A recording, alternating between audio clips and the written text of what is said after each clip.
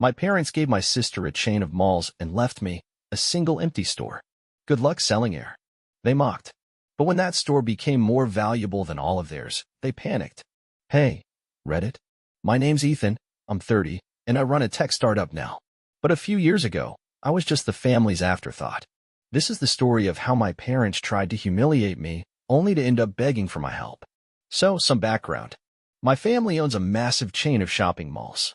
My dad built the business from the ground up, and my mom handled the management side.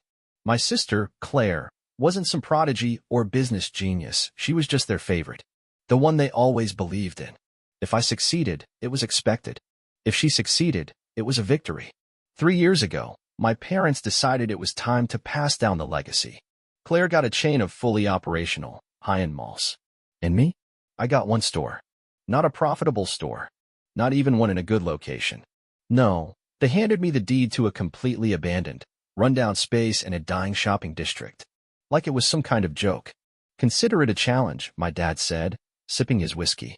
Let's see if you have what it takes. Claire nearly spit out her drink laughing. Oh my God, you're serious? What's he gonna sell? Air. Mom smiled like this was perfectly reasonable. My father just looked at me, waiting for a reaction.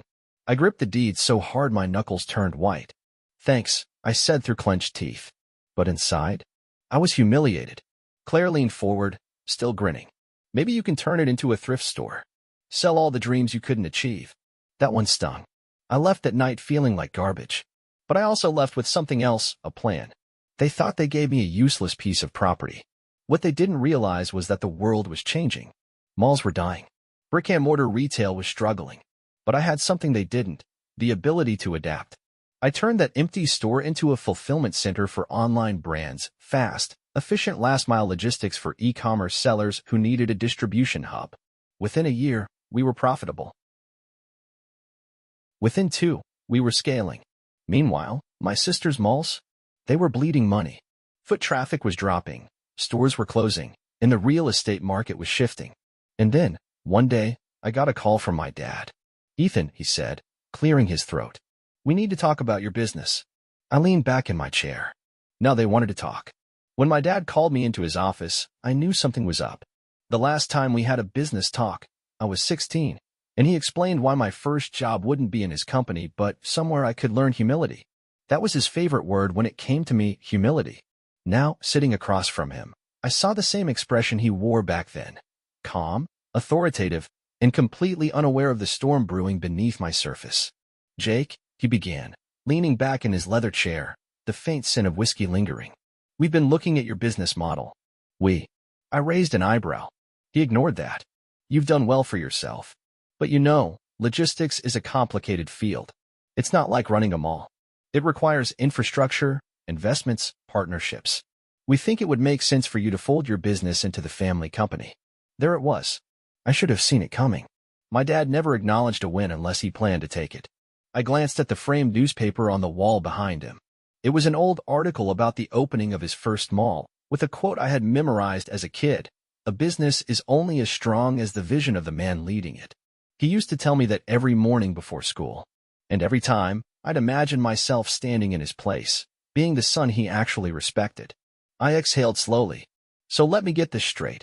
You didn't believe in my business when I started. You laughed when I tried to prove myself. But now that I'm outperforming you, you suddenly want me back in the family fold? What's next? I report to Natalie. Don't be ridiculous. His tone hardened. This isn't about Natalie. This is about the company. We've been through a rough patch. Foot traffic is down 40%. I cut in. Tenants are pulling out. Your malls are becoming ghost towns. Meanwhile, last-mile fulfillment is booming. That's why you're here, right? You need what I built. Silence. A year ago, I would have killed for his approval. I would have folded in a heartbeat, eager to be part of the empire. But that was before I learned the most important business lesson of all, leverage. And I had all of it. Jake, be reasonable. My mother interjected from the corner of the room. I hadn't even noticed her sitting there. This is an opportunity for us to work together as a family again. Like we always wanted. I laughed. Since when was I part of we? My dad's expression darkened. Son, we're offering you a chance to secure your future. Don't let pride blind you. I leaned forward. You're offering me a chance to save your future. Not mine. His knuckles tightened on the desk. Wow it, Jake. We're giving you a way back in. You think you can do this on your own forever? Business isn't just about ideas. It's about power, connections, long-term strategy. You'll see soon enough. I knew that tone. It was the same one he used when he told me at 15 that I wasn't CEO material. That memory burned in my mind. I had spent my entire childhood watching my father shape Natalie into his heir. Business dinners where she was introduced as the future, strategy meetings where I was told to sit quietly and learn. When I was 12, I tried to impress him by presenting an idea for an online mall, years before e-commerce exploded. He brushed it off. Physical retail will never die, Jake. People like to touch what they buy. That's how the world works. Except it wasn't. And now, here he was, asking me for a lifeline. I stood up, adjusting my watch. You were right about one thing, Dad. Business is about power. And right now, I have it.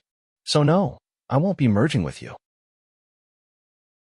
But I will be watching as your empire crumbles. I turned and walked toward the door.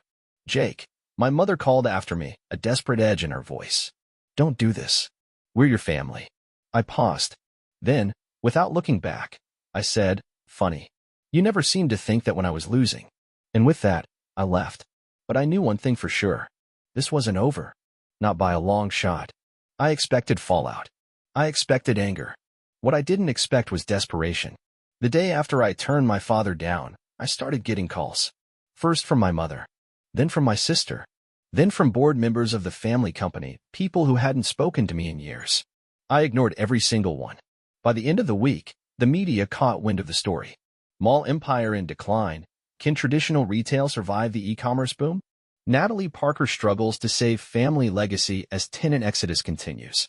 Emerging tech CEO Jake Parker on track to revolutionize logistics industry. That last one? That was about me. For the first time in my life, my name wasn't attached to them. And they hated it. A family on fire. It started with small moves. Natalie went on a PR blitz, giving interviews where she downplayed my success and framed our family's struggles as temporary. Dad started making subtle legal threats, nothing direct, just veiled warnings about the importance of protecting intellectual property. And then came the worst part. Mom. She showed up at my apartment unannounced. She never did that. When I opened the door, she looked around like she'd stepped into a stranger's home. This is nice, she said finally. Yeah, I said, leaning against the doorframe. It's mine. She sighed. Jake, we need to talk. I didn't move. You mean I need to listen? Don't be like this, she said, pressing a hand to her forehead. This situation is out of control. Your father is under enormous stress. Natalie is barely holding things together. So? She flinched at my cold tone. So, she repeated. This is your family. I let out a dry laugh. Oh, now we're family? When I was busting my ass to prove myself, I was just the outsider. The experiment. The one you didn't take seriously. But now that things are falling apart, suddenly we're blood. She reached for my hand, but I stepped back. Jake, she said softly. We need you. I stared at her. It was the first time I'd ever heard her say those words. And it was too late. No, I said. You don't. You need a bailout. And I'm not interested. Her face hardened. This isn't just about business. Do you think it's fun for us to watch our son turn his back on us? To see you side with the people trying to tear us down? That was when I realized she genuinely thought I was the villain. Like I hadn't been forced out of the family years ago. Like I was the one who had betrayed them. I took a slow breath. You have 5 seconds to leave before I call security. Her lips parted in shock. You wouldn't. I pulled out my phone. 4. She swallowed hard. Then, with a stiff nod, she turned and walked out. I watched her go, my chest tight. Then I closed the door and locked it. The war begins. If my rejection had been a wound, the next few weeks turned it into an all-out war. First, my permits started getting delayed. Then, out of nowhere, the lease for my fulfillment center came into question. And then, my investors started getting nervous calls, subtle warnings that maybe my business wasn't as secure as it seemed. I knew exactly who was behind it, and I wasn't about to let them win. Flashback, the day I knew I was done. I was 17 when I realized I wasn't part of their world. We were at a family charity gala, one of those over-the-top events where people wrote big checks just to have their names printed in gold lettering. Dad had just finished giving a speech about legacy when someone came up to him and Natalie. They shook hands, laughed, talked business. I was right there, He didn't introduce me. He didn't even look at me. I could have been invisible. That was the moment I knew. If I ever wanted to be respected, I had to build something of my own. And now, years later, I had. And they were terrified. The power move. I called a meeting with my team. We're accelerating expansion, I said. I want 3 new centers in the pipeline now. My CFO frowned. Jake, that's aggressive. The budget is covered, I said, tossing a folder on the table. Inside? A new round of funding. Bigger than any deal my father had ever made. My head of operations whistled. Jesus. Who are these investors? I smirked. The same people betting against malls. Because here was the truth. Dad and Natalie weren't just losing tenants. They were losing relevance. And I was making sure the world knew it. Checkmate. 2 weeks later, Dad called me. I let it ring. Then he texted, "We need to talk." I responded with a link to the latest headline. Jake Parker's logistics empire expands. The future of retail is online. A minute later, he texted back, "This is your final chance." I smiled and typed my reply. You had your chance. You gave it to Natalie. Then I blocked his number. Because I wasn't playing their game anymore. I was winning my own. I knew they would break before I did, but I didn't expect it to happen this fast. It started with whispers. Investors pulling out. Mall tenants breaking their leases early. Headlines that went from retail struggles to Parker empire on the brink of collapse. Dad tried to downplay it, of course. It's a temporary downturn, he told the press. We're restructuring, Natalie said in an interview, her smile just a little too tight. But behind closed doors, they were drowning. And I was the one increasing the pressure. The desperate offer. One night, just as I was leaving my office, my assistant poked her head in. There's a man downstairs, she said hesitantly. Says he's your father. I felt a flicker of something. Victory? Amusement? Maybe just satisfaction. Send him up. A few minutes later, my father stepped into my office. He looked older than I remembered.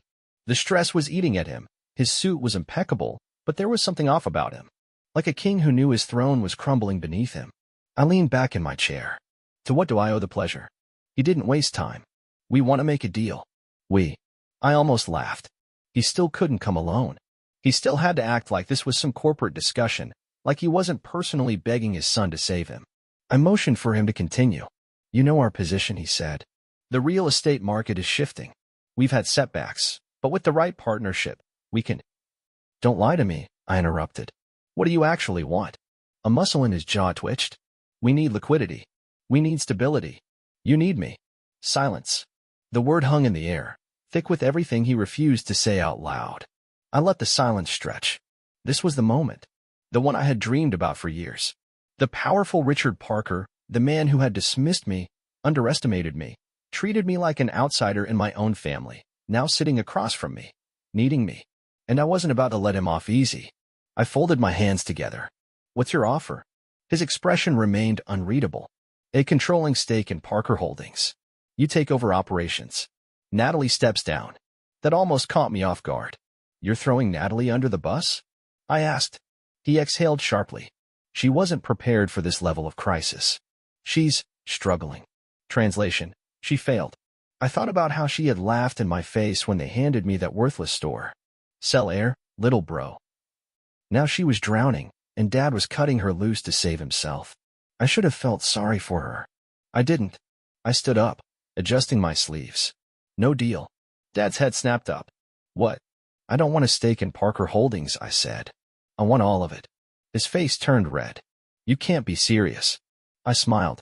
I am. I'll buy out the entire company, every mall, every property, every failed investment. You walk away with whatever dignity you have left. His fingers curled into fists. That's not going to happen. I shrugged. Then we have nothing to discuss. I turned toward the window, dismissing him like he had done to me 100 times before. Jake, his voice was tight. This is your family's legacy. I looked at him over my shoulder. No, it's yours. I was never part of it, remember? For the first time, something in his face cracked. A flicker of something? Regret? Panic? Didn't matter. I had already won. The fall of an empire. A week later, the official announcement hit the media. Parker Holdings declares bankruptcy amidst financial crisis. The mighty empire my father built? Gone. Natalie went silent. No more smug interviews. No more social media posts flaunting her power. My mother called. I didn't answer. The world watched as the Parker name crumbled. And then, when they were at their weakest, I made my move. I bought everything, at a fraction of what it was once worth. I didn't keep the malls. I raised them. In their place, I built the future. Tech-driven logistics hubs. State-of-the-art distribution centers. The same industry they mocked me for, it was now their replacement. And when the last of their old empire was demolished, I stood there, watching the dust settle. It wasn't just about revenge. It was about proving I never needed them, that I had always been worth more than they ever believed. And now they had nothing. The aftermath. A month later, I got one last call. Natalie. I almost didn't pick up, but curiosity won. I answered. Natalie. She exhaled, a bitter laugh escaping. Well, you finally got what you wanted. No, I corrected. I got what I earned. A long silence. Then, softer. So what happens now? I considered that. Then I smiled. Now, I said, now I build. I should have felt satisfied. I should have felt something. But as I stood in the glass-walled office of my brand-new headquarters, watching the city skyline stretch before me, I realized the truth. This wasn't the end. This was just the beginning. The last attempt. A week after I finalized the buyout, my mother showed up at my office. No appointment. No warning. She just walked in. My assistant tried to stop her, but she had that look, the same one she used when she wanted something and refused to take no for an answer. Jake, she said, stepping into my office like she still had authority here. We need to talk. I leaned back in my chair. I doubt we do. She exhaled sharply. Enough of this. You've made your point, but you're destroying this family. I laughed. I destroyed the family? I was never part of it, remember? She flinched, but recovered quickly. You are part of it. And that means something. No, it means something to you, now that you've lost everything. Her lips pressed together. You don't have to be cruel. I tilted my head. Funny. That never stopped any of you before. She smoothed her perfectly ironed blazer. Your father is struggling. Good. She inhaled sharply. Jake. No, really, I said. That's good for him.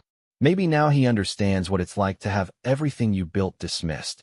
To have doors slammed in your face. To be told you're not enough. She looked down at the floor, silent. And for the first time in my life, my mother looked small. I let the silence stretch, then finally said, Why are you really here? She met my gaze. Your father wants to see you. I raised an eyebrow. He's at home, she continued. It's not good, Jake. He's not himself. I almost told her I didn't care. I wanted to say it. But some part of me, some part one hadn't quite killed off yet, was curious. So I went. The last conversation. The Parker estate was nothing like I remembered. The lawn was overgrown. The grand entrance that once housed luxury cars now had an empty driveway. The house itself? It looked smaller. Dad was in his study, sitting in the same leather chair where he had once dismissed me. Only now, he wasn't some untouchable king. He looked tired, older, beaten. When he saw me, his expression flickered between pride and bitterness. You really did it, he murmured. Yeah, I said. I did. He nodded slowly. I underestimated you. That was probably the closest I'd ever get to an apology. I didn't say anything. He exhaled. So what happens now? I studied him. The man who had once controlled everything. The man who had defined me, in ways I had spent my whole life trying to undo. And in that moment, I realized something. I wasn't angry anymore. I didn't need his validation. I had already won. You move on, I said simply. You figure out what life looks like when you're not the center of the world anymore. He let out a dry laugh. And you? I smiled. I built. 1 year later. The new Parker Logistics headquarters was finished. A towering glass structure standing where the last of my father's malls had been demolished. It wasn't just a building. It was a statement. A monument to everything I had built on my own. I walked through the main floor, passing employees who worked for me, in a company that bore my vision, not my father's. Natalie had disappeared from the public eye. Mom and Dad had moved into a smaller house, still clinging to whatever dignity they had left. And me? I was finally free. The last thing my father ever said to me was, You'll understand when you have your own family. Maybe he was right. But if I ever did, I'd make sure they never had to fight to be seen. Because I knew exactly what it felt like to be the forgotten son. And I'd never let that happen again. Final words. A reporter once asked me, Do you regret not making amends with your family? I just smiled and said. They called me selfish. But they never realized this was the first time in my life I was finally living for myself.